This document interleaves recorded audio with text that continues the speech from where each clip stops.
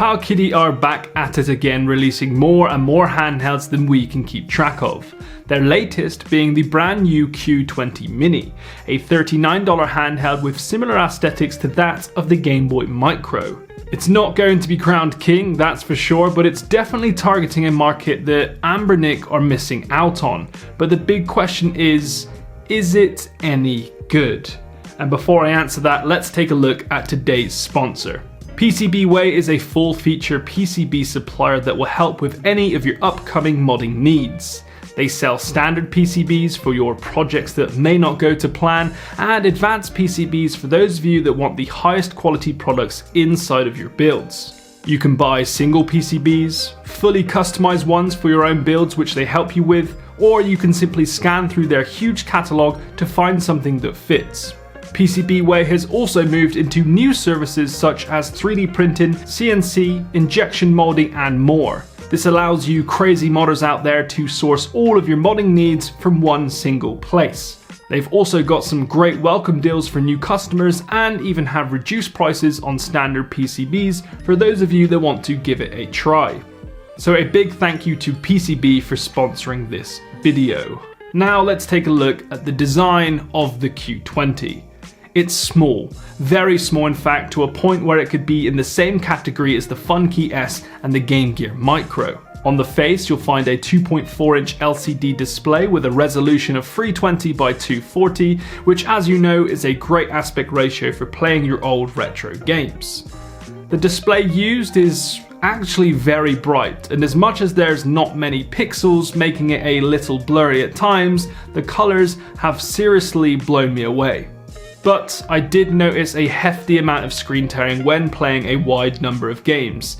This can be tweaked out with firmware updates, but as you know, I like to review these things as they come straight out of the box. They've also chucked in a glass screen cover too, which some $100 handhelds don't even do to this day.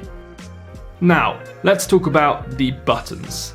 They're okay, there's nothing really special about them, they're well placed, bouncy, responsive, and barely move when I do the shake test. But when you get a closer look, you will notice that they're somewhat low quality. But I can't really argue that because it's literally a cheap $39 handheld, so you kind of get what you pay for. Your menu and reset buttons are on either side of the screen, and Powkiddy being Powkiddy had to make this look like a Nintendo product, so you'll find a Famicom faceplate on the front. As of now, it's not peeling, but I'll let you know when and if it does on Twitter, because I have found older handhelds like this with these faceplates, sometimes the sticker does start to peel off. And finally, the speaker grill is admittedly poorly placed and gets in the way slightly when playing games. But pump up the volume using the wheel above and you'll have no problems, because it's actually quite a loud speaker in this itty bitty handheld. And while we're on the speaker, next to the volume wheel on the top, you'll find a headphone jack, your SD card slot, a USB-C port, and two very small shoulder buttons. I just wish Powkiddy made these a little bit bigger, filling up the whole of the corner of the handheld, but hey, the perfect Powkiddy product just doesn't exist. When you first turn on the Q20, you'll notice it uses the NX Hope firmware, which is a little outdated but incredibly easy to use and understand for all ages.